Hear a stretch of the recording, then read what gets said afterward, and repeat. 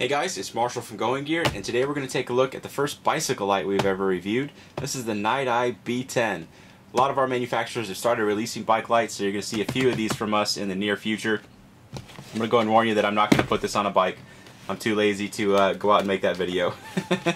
maybe I'll do that in the future. But I'll at least show you how it performs, to show you the kind of distances that you can get with it and all that kind of stuff. So it comes in a nice padded case inside the box. The stuff that you get in here, so here is the charging cable. So you have a regular wall outlet charging cable. Here is the light itself with the switch that controls it. Here is the mount for it. So this is just a nice little adjustable mount that mounts to the handlebar. You can see as you tighten it, it tightens on there as you tighten the screw thing on the front. And then this just snaps right on to the underside of the light. So nice and secure, holds it on there really well. I actually have tried one of these on a bike. I really should make a video of that. But it holds on there really well. And it's nice and adjustable. You can set it up for the angle that you want. And then you have some Velcro to further adjust that, or to attach the pressure pad, wherever you want to do. Big old battery pack. So you have 4 18650s in this battery pack. Lots of batteries in there, fantastic runtime. So on the ratings on here, so you have 600 lumens on the max output and a runtime of 6 hours, which that's fantastic compared to the other big names in the bike light market. I think Niteye and these other companies are going to start knocking them out of the water, or out of the park. I'm getting my sayings mixed up. So the battery pack has the same kind of adjustment. So you have this nice big strap that you can wrap around your down tube or wherever you want to put it. You can put this wherever you want and attach it, but you have a decent amount of adjustment on here that you can attach it and then put the battery pack wherever you want. So bike light attaches like this right here, and then you have a screw piece that goes on like that just to hold everything in place. Make sure they don't get disconnected in the middle of your ride, because if you're on some sketchy trails and your bike light goes out in the middle of the night, that's probably not the best thing in the world.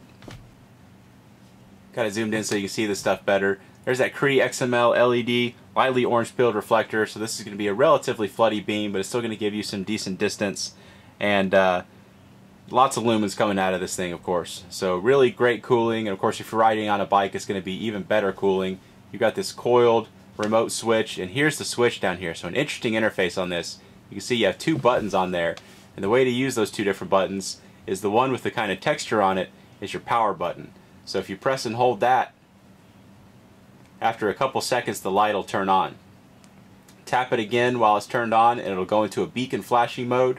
So it's great if you're riding this in urban settings. You can alert motorists of where you are. Of course you want to point it down, because 600 lumens flashing in somebody's eyes might make them a little mad. And then this other switch down here, tap it and you can select between your 3 different outputs. Lower outputs are going to be lower lumens, of course, but they're going to give you better runtime. So on the lowest one, you're looking at about 50 lumens, but you're 64 hours of runtime, which is fantastic for something like this. So you can quickly switch between them, and then you can see just tapping that switch isn't going to turn the light off again, which is kind of nice. You're not going to accidentally turn your light off.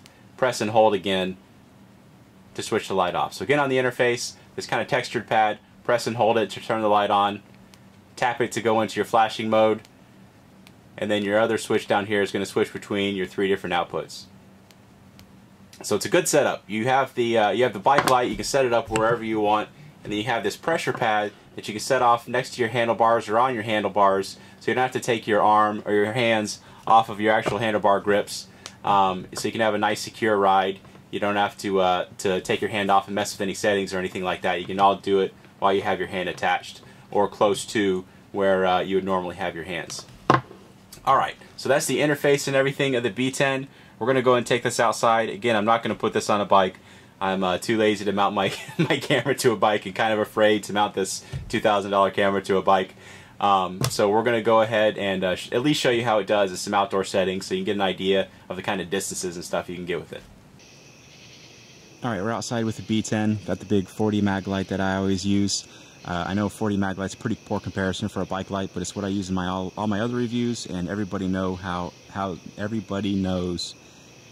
a 40 mag light performs. I really gotta stop making videos at 2 a.m. Alright, so anyway, we're gonna try out the 40 mag light first, and then we'll try out the B10. So here is the mag light. There's a little bush, 15 feet, tree out there at 100 feet. Same as it always is.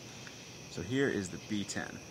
We're just gonna use the constant on modes, so we'll turn that on.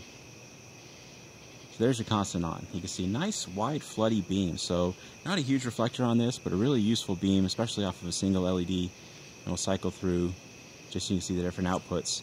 And this is on low, you know, up close kind of stuff, urban stuff, or maybe you're not riding as fast. Really great for that kind of stuff. And then bump it up on high, you can see the kind of distances you get. So obviously up close does just fine. Even out at a distance out there at 100 feet, it's lit up really, really well. And we'll try a longer distance here in just a second so you can see how it does. Obviously this doesn't give you an idea of how it does with motion, so hopefully I'll get off my butt and make a video or actually mount this to a bike here pretty soon. But there's the flashing mode. We'll show you the different outputs again. So there's your different outputs. Alright, let's try out a longer distance. Okay, we got the B10, some more distance to work with. Still have that 40 mag light. We're going to go ahead and do the B10 second again, and we'll do the 40 mag light first.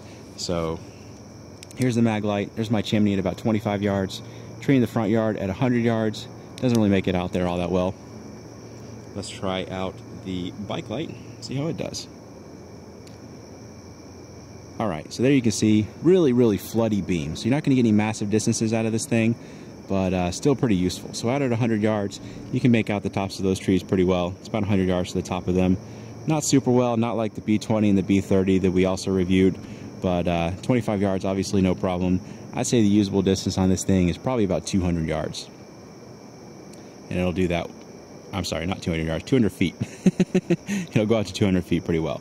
And 300 feet or 100 yards, it goes out there pretty well, but it's not going to be super illumination like it is at the other levels, especially when you're riding at a pretty good clip.